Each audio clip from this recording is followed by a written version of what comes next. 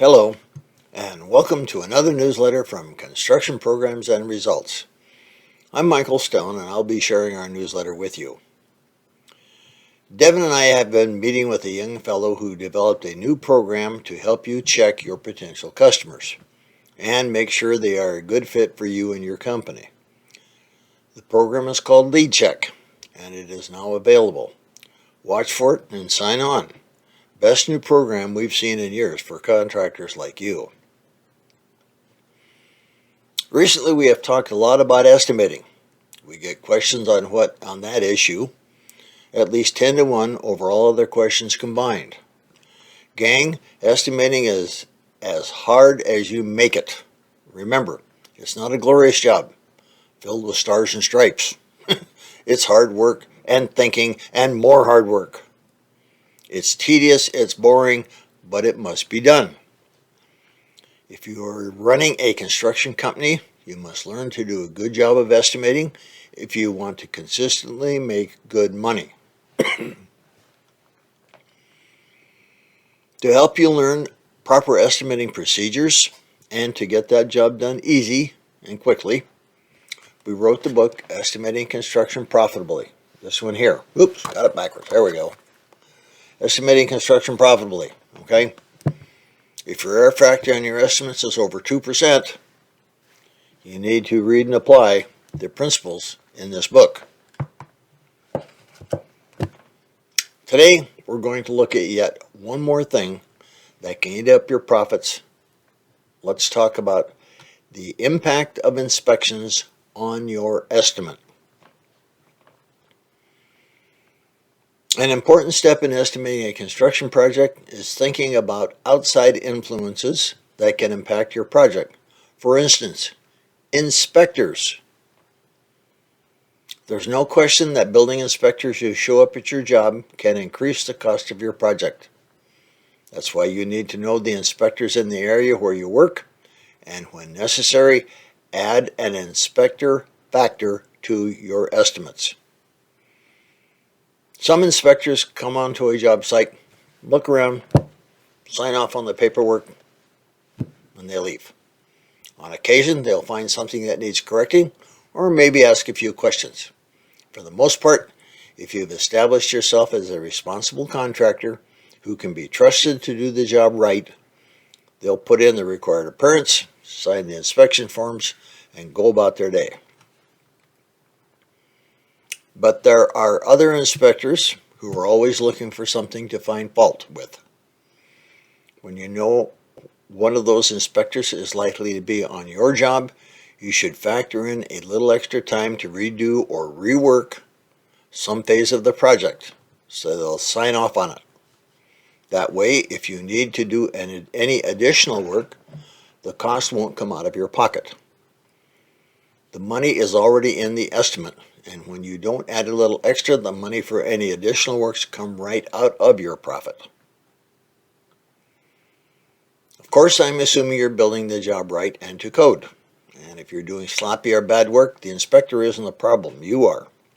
But we all know that some inspectors don't think they're doing their job right unless they find something you're doing wrong. Even if you've done everything right, they'll still find something wrong. I'm sure you've run into inspectors like that. I've met more than a few in my time.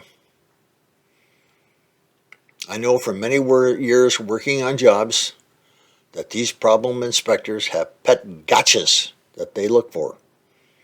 If you're new in the area, ask around at the supply house, call some of your friends who might have had a job checked by one of these inspectors. They can probably give you a good idea what the problem inspectors look for. You can judge from there how much additional time and material to add to the estimate to cover yourself. It might be a good idea to check in with your employees and get their take on both the job and the potential inspector on that job. Don't ignore your employees' input because they're the ones that are often on the job site when the inspector shows up. They know what the inspector looks for, and at the same time, if an inspector has taken a disliking to one of your employees, make sure that employee isn't on the job when the inspection is scheduled. I've seen inspectors refuse to do an inspection when they saw an employee they didn't like on the job.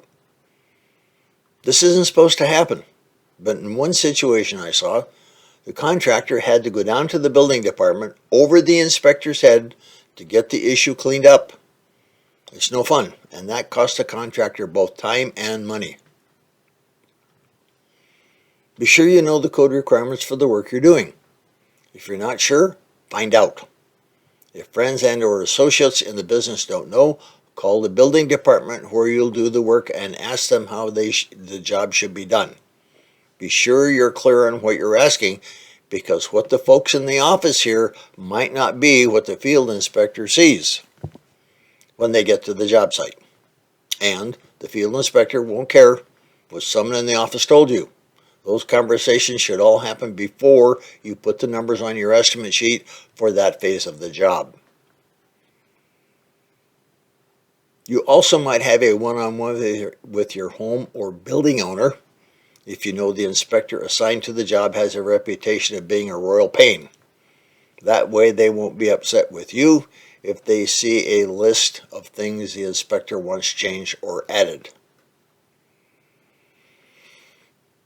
Be sure and include a clause in your contract that says you will extend the job completion date if the inspector wants changes to the job.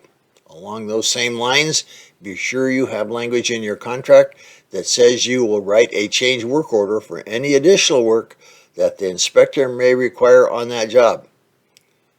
These could require additional expenses, and if it's beyond what you have in your estimate and your contract, you don't want to you don't want to eat those additional costs. One other thing I found about inspectors: the newer they are, the more faults they seem to find. Some new inspectors need to prove they're worthy of the job. Others might still be angry at having failed in their own business and are not taking it out, and they are now taking it out on other contractors. And how many times have we seen that happen? Whatever the case, be aware that the younger and newer inspectors will probably cause you more problems or additional work than those who've been around for a while, and this, of course, will increase your job costs. You aren't in control of what inspector shows up on your job, or if the inspector who does show up is having a bad hair day and decides to take it out on you. All you can do is try to be ahead of these problems and protect yourself when you create your estimate. Thanks again for watching, and may the profits be with you.